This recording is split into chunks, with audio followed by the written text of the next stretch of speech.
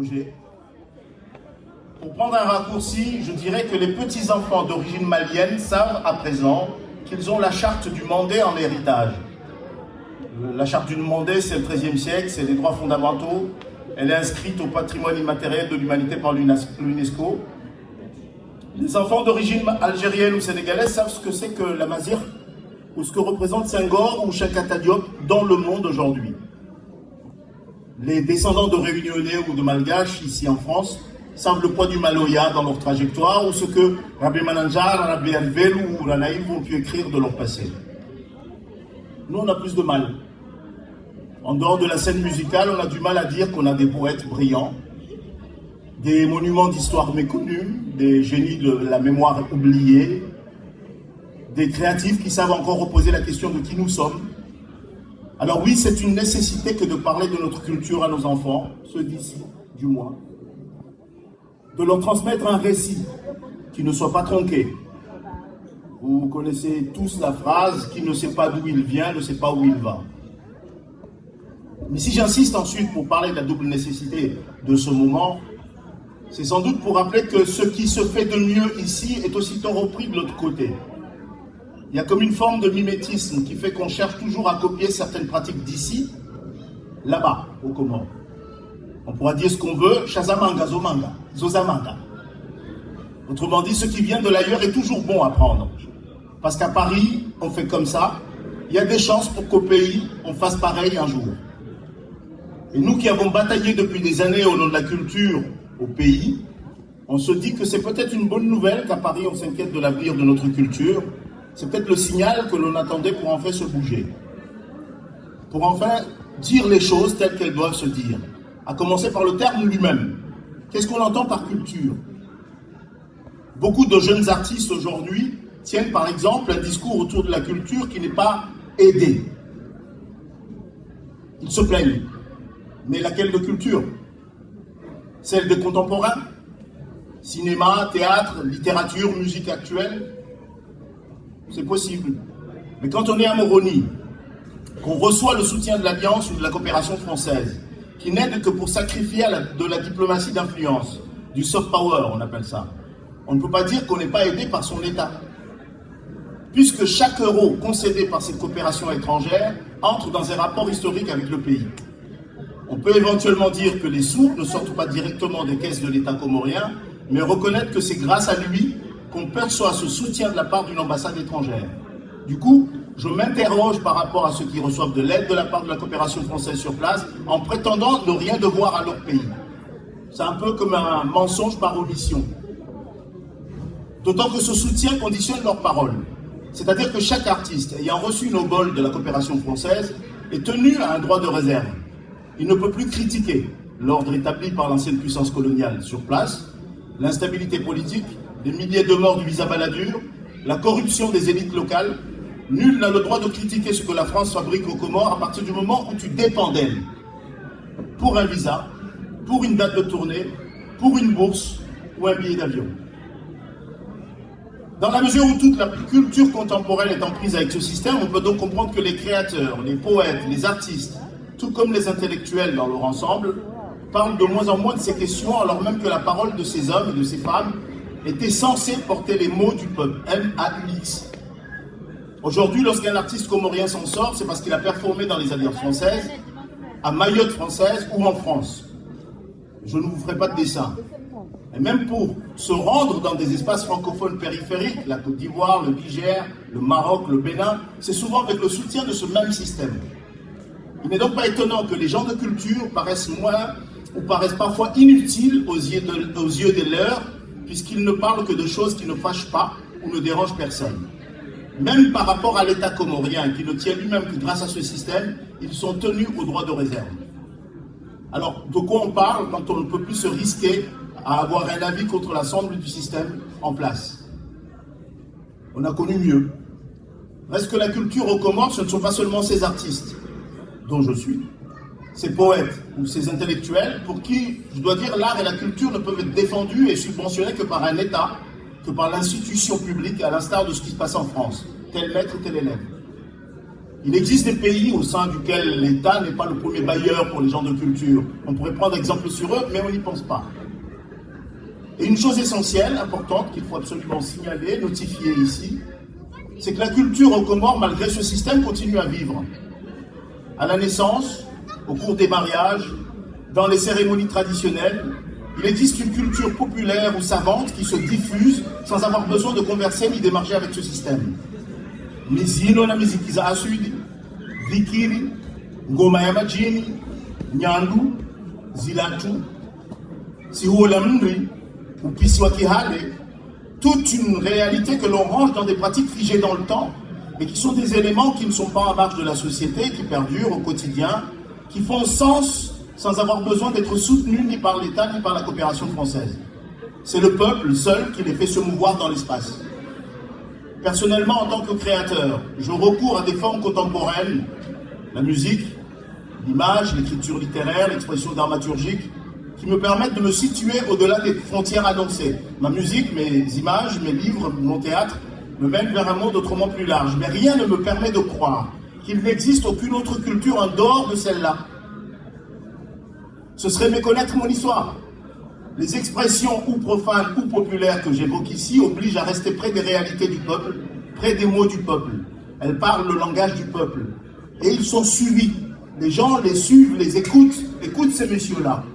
Les Nganza sont dansés, les Nshogoro attirent du monde. Les portes des palais sont toujours sculptées avec un certain brio par les artisans. Les Kofi Adombeni, qui sont réputés, coûtent de plus en plus cher.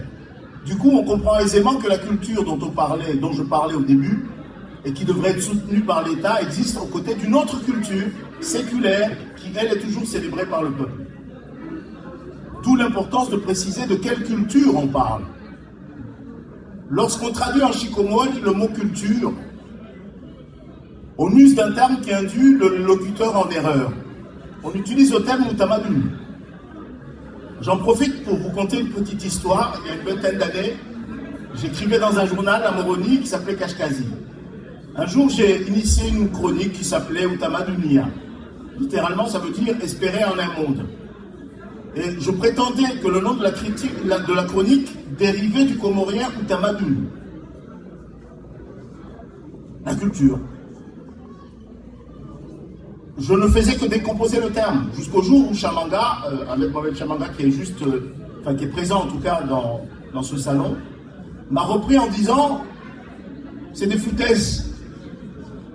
Enfin, il n'a pas dit tout à fait ça exactement, mais il m'a fait comprendre que le mot dérivait de l'arabe Tamaddana et ne pouvait être décomposé de la façon dont je l'ai fait. Ce n'était pas un mot comorien, au sens strict du terme, c'était un mot d'emprunt. Nous empruntions à l'arabe pour parler de notre culture. Et en arabe, on parlait de Tamaddana pour évoquer la geste culturelle urbaine. Pour faire simple, les cultures premières venues des campagnes ou du désert étaient défendues dans de grandes cités urbaines, sous leur forme folklorique. Dans les campagnes ou déserts d'origine, elles étaient associées à une réalité sociale, alors que dans les villes, elles étaient vidées de cette réalité et ne représentaient plus que des esthétiques désormais sans histoire. Prenez l'exemple du Sambé, et vous comprendrez, entre là-bas et ici. C'est-à-dire que le Sambé, traditionnellement, vous arrivez dans un espace public, vous dansez le Sambé, et tout le monde reçoit un laisseau pour danser. Les femmes qui sont autour du Sambé, vous voyez danser, vous n'avez pas de laisseau. Pour elles, c'est une catastrophe, parce que ça veut dire que vous êtes rejeté par tous les langues de la ville. Il faut qu'il y ait une famille qui court après vous, avec son laisseau, et qui fasse croire à tout le monde que vous êtes un prétendant possible pour leur fille. Donc là, elles vont se parler entre elles, elles vont envoyer quelqu'un avec un laisseau pour essayer de vous récupérer, de vous remettre dans la dramaturgie de la ville.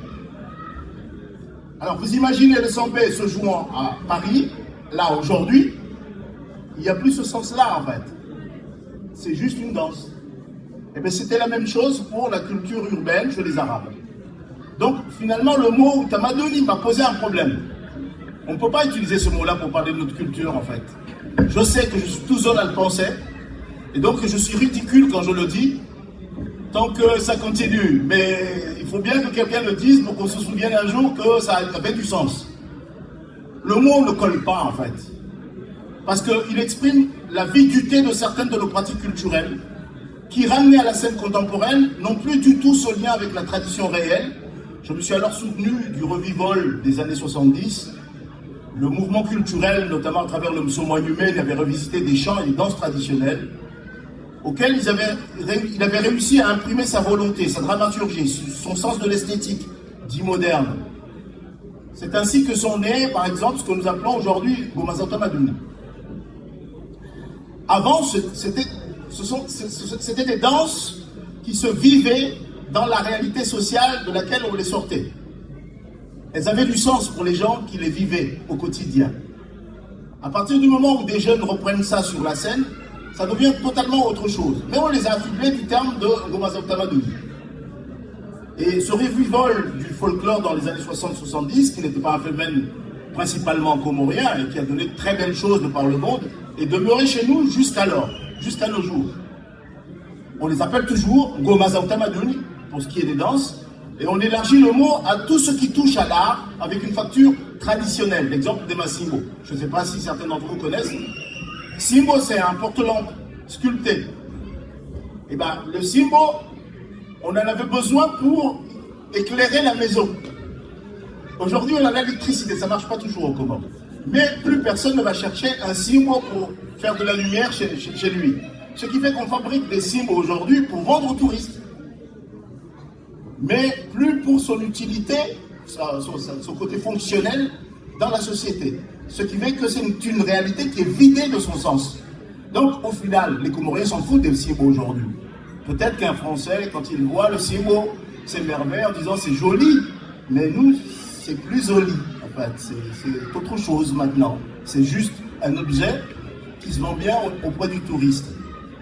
Donc, c'est resté un objet d'art sans son aspect fonctionnel, utilitaire, que l'on revend aux touristes. Néanmoins, c'est important de le dire, il faut remarquer que certains des enfants de cette époque sont ensuite devenus les meilleurs de nos grands artistes contemporains. Durant les années 80-90, je pense à Salim Ali Amil en musique, je pense à Napalo, Modali en art plastique, je pense à Shams au théâtre. Les gens le connaissent moins parce que il a tourné kazakh, il est devenu beaucoup plus créole parce que sa maman est créole que comorien. Il renie un peu ses origines, mais ça a été le père du théâtre moderne au Comores. Tous ces jeunes ont vécu avec ce mouvement comme si ce revival de la tradition leur avait donné des armes pour affronter le monde d'après. Dans un pays où il n'y a ni conservatoire ni école d'art. Alors pour aller vite, et sachant que Tamadouni me ramenait à du folklore, j'ai cherché à esquisser une autre parole pour la culture, dans la mesure où je mise moi-même sur une création plutôt de facture contemporaine. Comment dire la culture autrement que par cette notion de folklore? Parce que sur les scènes du monde entier, on parle de création. Et vous arrivez, pour parler création, en vous réclamant de folklore.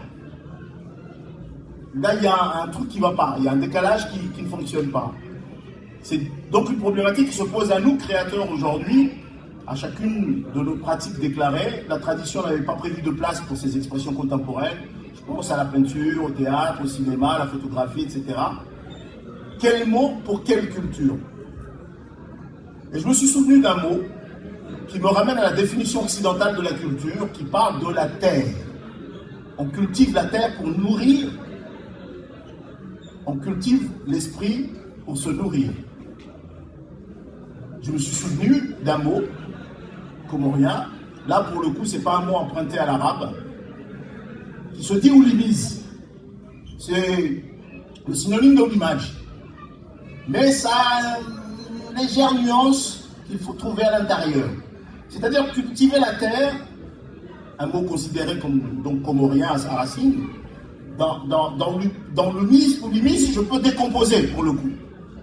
Il y a ulima, cultiver, sous-entendu la terre, et mise, racine. Et je me suis souvenu aussi que la poétique la plus célébrée des Comores, le chinoisie, se fonde sur les racines. Chinoisie vient de Ondua, creuser.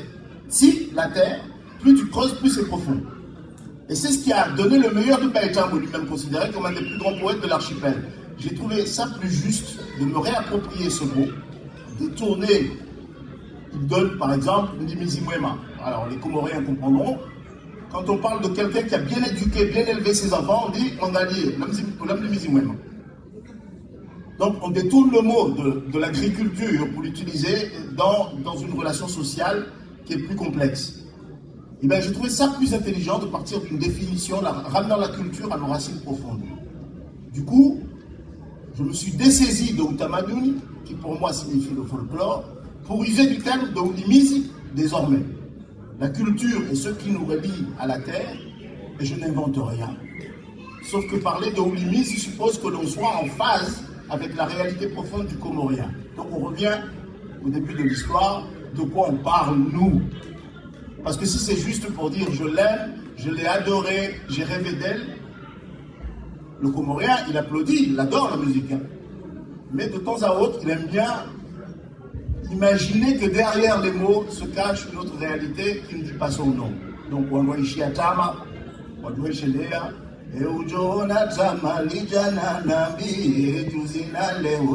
c'est une histoire de grains de maïs. Mais en réalité, le monsieur est en train de parler d'un scandale de famille où un monsieur s'est marié, est parti à l'étranger et en très peu de temps, sa femme est devenue grosse et il est revenu, quelqu'un est passé par là. Et donc, pour le dire, il est passé par la chanson et il a fait écrire cette composition qui dit « C'est lui qui a vu le grain germer alors que ça fait même pas une saison, il y a un truc là. » Donc, pendant très longtemps, les Comoriens se sont parlé à travers leurs chants, à travers leurs textes, à travers leur musique. Donc, c'est ça aussi être à côté des gens. C'est-à-dire qu'aujourd'hui, quand on va écrire une chanson, les gens, à un moment donné, vont creuser et vont essayer de voir cette autre réalité qui ne dit pas son nom, derrière les mots. Malheureusement, de plus en plus, on rêve, mais on rêve de choses qui sont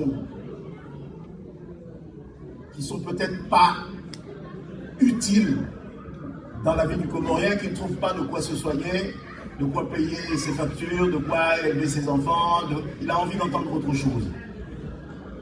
D'aucuns parmi vous ont peut-être retenu, c'est pas sûr, parce que les gens ont regardé, viennent à la conférence, mais peut-être parce qu'ils m'aiment bien, mais ils n'ont pas retenu le titre. Mais dans le titre, il y avait « Culture et brisure, un pays de lune ».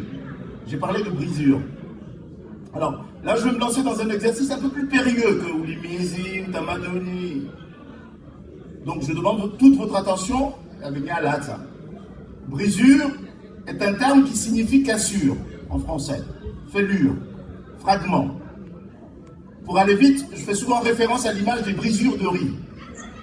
Je ne sais pas si certains d'entre vous, ici, se rappellent du temps des Maïla Ntsebe, des Maïla Mabea. Un phénomène qui est lié à l'enfance, qui venait consolider les liens futurs autour d'une tablée. Le riz, une fois passé au tamis, à la maison, donnait des bouts de riz brisés qu'on rangeait sur une étagère. Et lorsque ce riz brisé, dont les adultes n'usaient jamais en cuisine, atteignait un certain volume, on l'offrait aux plus jeunes pour qu'ils organisent un repas de classe d'âge. Ils invitaient alors leurs camarades, se cotisaient et organisaient ce repas de roi qui scellait les ententes futures. J'ai vu là une autre image, celle de la chose réchappée, qui obtient une seconde chance, une seconde vie, en renforçant les liens de ses futurs adultes. Je me suis dit que renouer avec les traces du passé de cette manière-là était une possibilité pour nous de réinventer une humanité à partir des brisures de ce même passé. Je ne sais pas si vous avez saisi, c'est toute l'histoire de notre pays, qui est un pays de la seconde chance, grâce au Chungu, qui permet de redonner sens à toutes les histoires échouées là. Tous ces gens qui ont débarqué de l'océan en considérant ce pays comme un lieu refuge, où ils allaient pouvoir retrouver leur humanité égarée dans la traversée. Je pense à tous ces gens partis du lointain, les Bantous, les Austronésiens, même leur nom a disparu du dictionnaire, les Perses, les Portugais, les Arabes, les Indiens, et bien d'autres encore. Mais j'ai vu que Salah va tiquer un peu parce que j'ai parlé de Chungu. Qu'est-ce que le Chungu en fait? Il s'agit d'un cercle vertueux. À l'origine, le Chungu signifiait le cratère. Chungu voulait dire pipe, cheminée, fumée. Le cratère, c'est aussi par là qu'est sortie la terre, avec laquelle se sont forgées ces îles. Ce sont des îles volcaniques, ne l'oublions pas. On avait un monsieur, il est mort aujourd'hui, qui a son âme, qui s'appelait Wikoni. C'est Tswali. Et j'étais scout à l'époque. Lui, il était notre chef de troupe. Et le matin, on se réveillait, on était à Bobogne, réveillé en disant Garatala, Choukouchia, je pas souvent, on répondait. Garatala, le Gartala, et nous on répondait Chougou et Chougou, Chéa, c'est-à-dire le cratère est monté, je pas souvent. Ça a éclaté et ça a donné la terre en fait. Moi j'étais gamin, je ne pouvais pas savoir tout ça. Je voyais un appel, je répondais, et ça me faisait rigoler, ça me faisait rire, ça nous remontait le moral. C'est beaucoup plus tard que j'ai compris ce que ça voulait dire parce que j'ai discuté avec Damir Ben Ali au cours d'une interview sur Mouroni et qui me dit c'est l'histoire du Choungou. Je dis mais c'est quoi le Choungou? Il me dit mais c'est l'histoire de ce pays, du ventre. C'est quoi le ventre? Là, il y a eu un moment de silence parce que ça voulait dire que j'étais perdu pour le pays. Parce que l'histoire des Comores, c'est l'histoire du ventre. C'est une société matrilocale, c'est une société matrilinéaire. Et tout part de la femme. C'est ça qu'il appelle le ventre. C'est ça que les anthropologues appellent le ventre, c'est pas Damir. Et c'est que les Comores, c'est d'abord une histoire de femme, à la base. Vous en faites pas les garçons, on s'est débrouillé pour récupérer le truc, on a été beaucoup plus malin, on a utilisé la religion, tout ça. Mais bon, à la base, c'est une histoire de femme. Et il commence à m'expliquer donc ce que c'est que le Choungou. Alors, je vous raconte deux histoires rapidement, mais ça demanderait beaucoup plus de temps. Il y a quand même, par exemple, cette histoire d'un monsieur qui avait 3 filles, et tous les ans, il abattait une bête et il la partageait à toute la famille. Et devenant un peu plus vieux, il y a le mari de la fille aînée qui lui a demandé en disant « Cette année, je sens que vous n'êtes pas en forme, est-ce que vous me permettriez d'abattre l'animal moi et de l'offrir à toute la famille ?» Il a dit « Oui, pourquoi pas ?» Et du coup, les 2 autres maris, les 2 autres filles ont dit bah, « Si c'est comme ça, chacun à son tour, pour qu'on soit à égalité. » C'est ça le Choungou. C'est-à-dire partager, être solidaire pour être ensemble. C'est ça l'histoire du Choungou. Il y a d'autres histoires comme celle où on faisait du riz sur les places publiques, des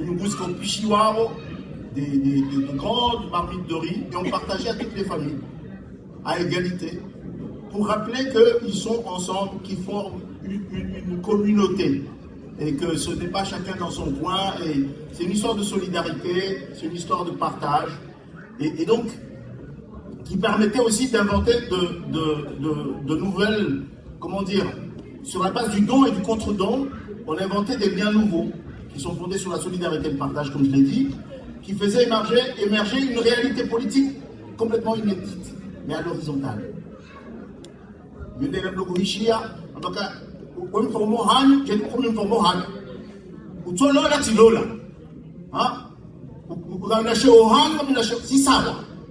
Donc c'est aussi cette idée-là, c'est que c'est une égalité à l'horizontale, à tel point que Damir m'a appris une chose, que les pouvoirs, en fait, moi je raconte les Comores entre la société à l'horizontale, celle du Choungou, qui vivait à côté de la verticale, celle du sultanat. Et il y a une phrase qui est très connue en Gazidia qui dit Nyama Choungou la viande du Choungou ne peut pas être mangée par une enfance du palais. Parce que l'enfance du palais, elle vit à la verticale, elle vit avec le mépris. Alors que théoriquement, quand tu rentres dans le Choungou, tu dois respecter tes égaux. Vous êtes à égalité. Donc, cette société du Choungou, elle a vécu. Les sultans, quand ils sont arrivés, ils se sont mariés avec le Mba, ont inventé le sultanat, ça n'existait pas avant. Le Kana, et eux, ils ont inventé le sultanat. Mais les gens se sont dit que, bon, ils peuvent vivre à côté. Parce qu'en fait, nous avons une société originale qui est très particulière. Le Comorien ne possède pas la terre. Il ne considère pas que c'est chez lui. Quand vous allez dans un village et que les gens vous engueulent en disant vous êtes un étranger, il y a toujours quelqu'un au fin fond de la salle qui arrive et qui dit et vous, et toi, et toi, et toi. Il y a bien quelqu'un de ta famille qui est venu de quelque part. Donc, un étranger, on l'accueille. Ton propre frère t'accueillera ton ami étranger mieux que toi.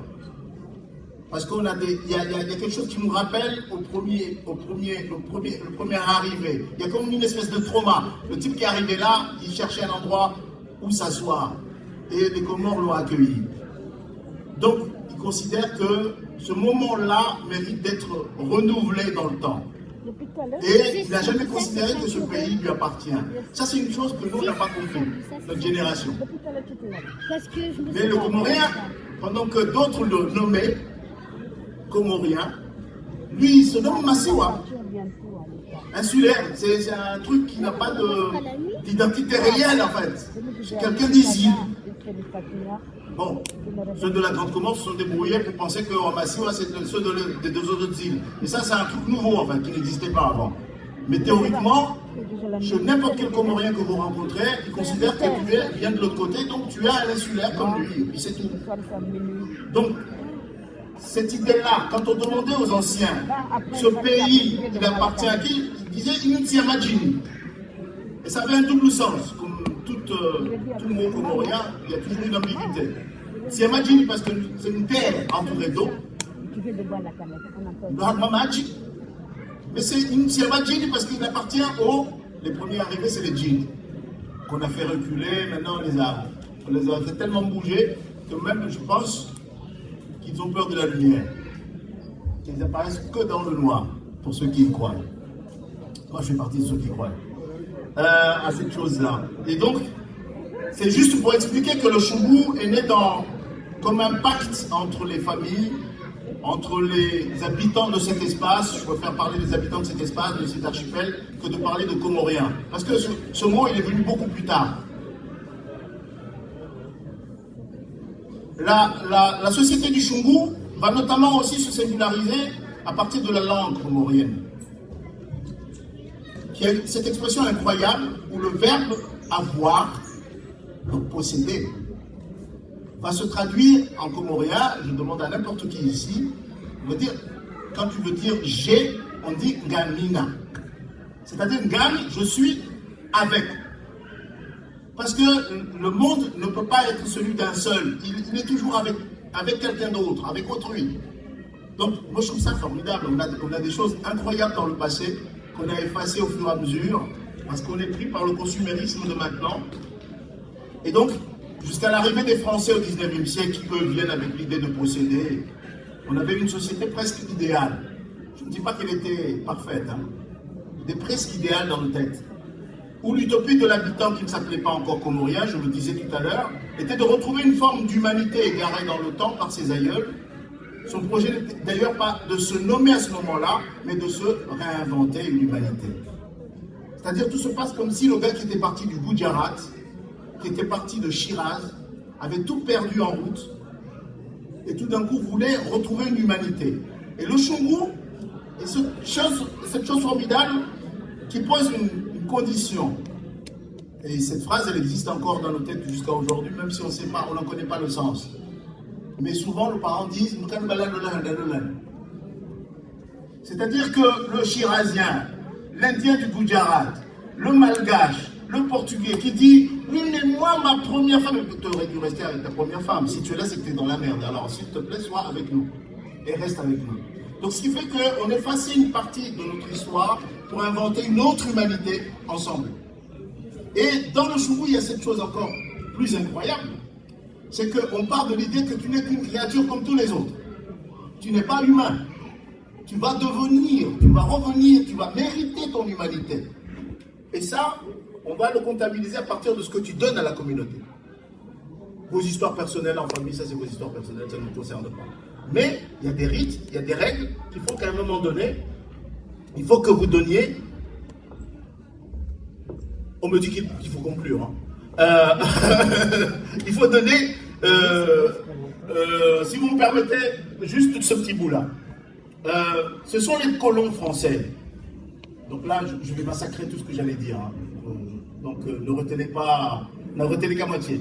Ce sont les colons français qui vont chercher à nommer les habitants de cet espace. Ça, il faut le savoir, d'une manière quasi définitive. Avant, bon, je passe sur l'histoire originelle parce qu'il y a deux versions.